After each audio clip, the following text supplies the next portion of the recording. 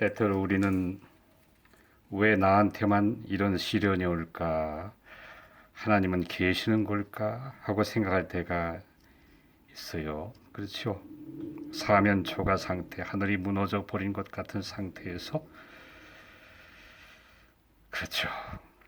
구약 성경의 욥도 그랬습니다. 그는 구약 성경 최고의 신앙이었지요. 풍성한 은혜 속에 있던 사람이었고 하나님도 인정하고 스스로도 인정했어요.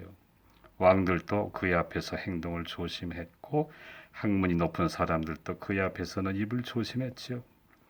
그런데 대시련이 일어난 거예요. 눈 깜짝 사이에 처참한 모양이 든 겁니다. 그만둔 소와 양들이 밤사이에 약탈되고 기둥처럼 믿었던 자녀들이 하루아침에 죽고 욥은 이유를 모르겠어요. 우연이라고 생각하기에는 너무나 감쪽같이 일어나 버린 일이죠. 세상엔 이유를 모르는 게 너무 많죠.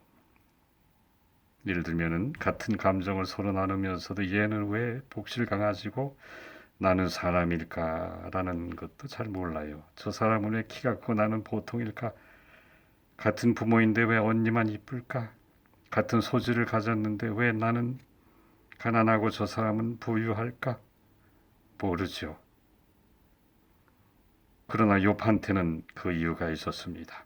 최고에서 최저로 떨어져도 배반할 욥이 아니라고 믿으시는 하나님과 집요하게 공격하면 언젠가는 하나님을 저주하는 것이라고 믿는 사탄과의 한판 승부입니다. 그런데 여러분 꼭 알아둬야 될 일이 있는데요. 그거는 이 땅에 사는 동안 우리들한테 고통은 끊임없이 있다는 겁니다. 에덴에서의 아담 때문이지요. 아담은 하나님으로부터 분리시키려고 사탄이 꾀했을 때 아담이 선택한 건 누굽니까? 그렇죠. 사탄이죠. 그때부터 영원한 평화는 우리들한테 없어요. 이 세상에서는요. 그 자손들인 우리들의 마음과 환경은 황폐해지고 땀을 흘리고 고통을 경험해야 생명을 유지할 수 있는 존재로 된 거죠. 조금 나는 땅의 산출을 서로 뺏어 먹어야 되고 죽음에 이르는 죄악의 유전자를 불러들인 거죠. 누가복음 4장에서 사탄은 예수님한테 이렇게 대들었습니다. 이 모든 권위와 영광을 내가 네게 주리라. 이것은 내게 넘겨준 것이므로 내가 원하는 자에게 주노라. 그러므로 내게 절하면 다 네 것이 된다. 이렇게 말한 근거도 여기 있는 거죠. 이 고통의 원인을 알려고 자칭 그리스도의 종파라고 일컫는 사이비 교회를 포함해서 여러 가지 종교들이 태어났지만은 아담까지 유혹했던 사탄은 아주 교묘합니다. 모두 그 자의 수중에 들어가는 거죠. 그 자를 닮아버리는 거죠. 그리고 바보스러운 모습이 되어서 지금도 속고 있는 거죠. 결국 손에 잡힌 것은 허무일 수밖에 없습니다. 다시 욥으로 돌아갑니다. 재산도 명예도 건강도 부미도 다 사라지고 반려마저 하나님을 욕하고 떠난 욥은 그의 소문을 듣고 멀리서 찾아온 세 친구가 일주일 동안 말도 건넬 수 없을 만큼의 몰골이 돼 있어요. 그리고 그중 한 사람 친구로부터 나오기 시작한 말은 네가 이렇게 된 데에는 이유가 있다는 거죠. 그 얘기를 들으면서 욥에게는 생각들이 지나갑니다. 하나님은 완벽하지 않으면 만족하지 않으시는 걸까? 중간쯤이면 안 될까? 남도 그렇게 사는데 아기는 조그만 행복도 누리면 안 되는 걸까?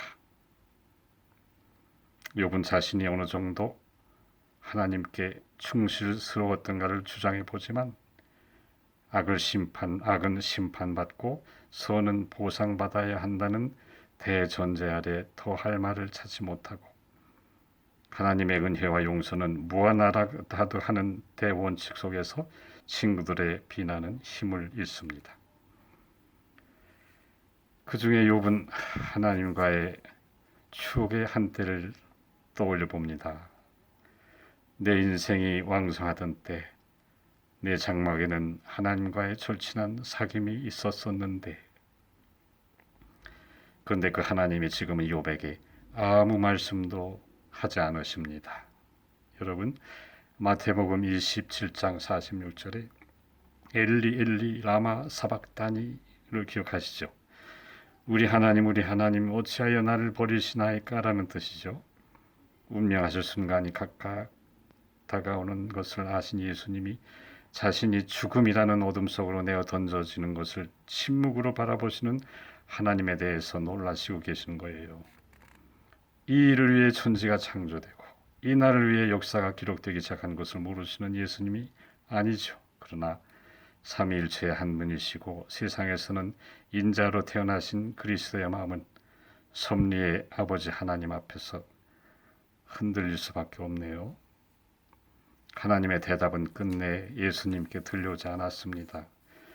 그 하나님이 보시는 앞에서 그리스도는 피를 흘리시고 죽으셨고 사망은 그분의 죽음 속에 넘치는 사랑을 수용할 힘이 없었으며 예언대로 그분은 사망에서 일어나셨고 인류가 가야 할 길을 새로 정해 놓으셨습니다.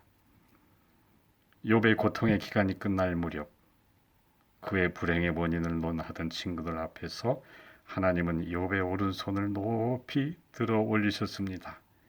친구들이 이해했던 하나님의 이론은 올바르지 못했던 거죠. 새로운 시내가 나타나서 보충 설명으로 열을 올렸으나 하나님의 계획을 어둡게만 만드는 것이었습니다. 하나님은 몸을 일으켜서 친구 욥에게 친히 보여주시는 것이 있습니다. 커다란 스크린이죠. 그곳에는 서로 붙어있는 원자들의 구조, 수증기 방울 하나하나의 움직임, 짐승들의 생명을 이어가는 모습, 사람들의 경영, 오리온자와 북두칠성의 정연한 모습, 이제까지 말로만 들었던 모습들이 실제로 비추어져서 나오고 있었습니다. 그리고 그것들 하나하나에 부어지는 하나님의 관심과 애정, 창조주에 대한 창조물들의 감사와 순종과 조용한 믿음이 색색히 어려 있는 것이 보이고 있었습니다. 사랑에서 시작해서 사랑으로 끝나지 않는 것은 하나도 없었습니다. 하나님의 사랑의 손길과 맞닿아 있지 않은 것은 하나도 없었지요. 욥은 자신의 고통만을 가지고 하나님을 격하게 논했던 자신을 깨닫고 스스로 입을 막을 수밖에 없었습니다. 욥은 하나님을 이해하기 시작했습니다. 축복으로만 생각해서는 안 된다. 사탄은 축복을 끊으면 자신의 믿음도 끊을 것이라고 자신이 있었지만은 하나님께서는 바다의 경계를 정하시고 새벽이 함부로 넘지 못하도록 있을 곳을 정하시고 내 분량도 하나님이 정하시고 그분의 뜻에 따라 움직이고 왜 움직이셨냐고 반론할 수 없는 하나님과 나와의 관계, 공의의 창조주가 보이지 않는 축복의 하나님을 선택할 것인가, 축복은 하나님께 맡기고 공의의 하나님을 믿을 것인가. 우리들의 믿음은 약해서 오랫동안 혼자 서일 수가 없어요. 시련은 누구에나가 오죠. 그리고 그 이유를 모를 때 우리들은 너무나 당황하죠.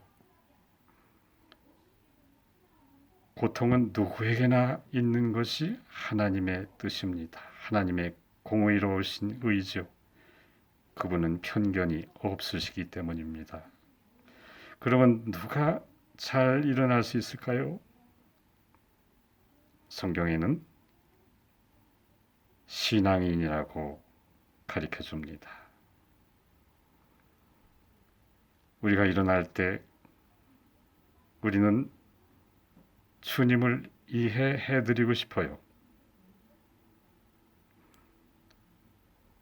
욥에게는 내 고난의 이유가 사탄과 나의 싸움이었다라고는 끝내 말씀하지 않으셔요. 그렇지만 하나님을 사랑하는 자녀들은 알죠. 시련이 일어났을 때 아버지 하나님에게도 무슨 일인가 일어나고 있구나. 하는 것을 느끼는 거죠. 그리고 하나님과 같이 시련을 통과하는 거예요. 욥이 새로 가지게 된 것은 하나님과의 이런 사귐이죠. 동거동락하는 관계죠. 기도합시다.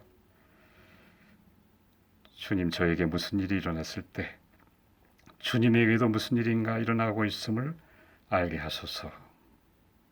저의 고통과 기쁨이 주님의 것이기 때문입니다. 예수님 이름으로 기도합니다. 아멘.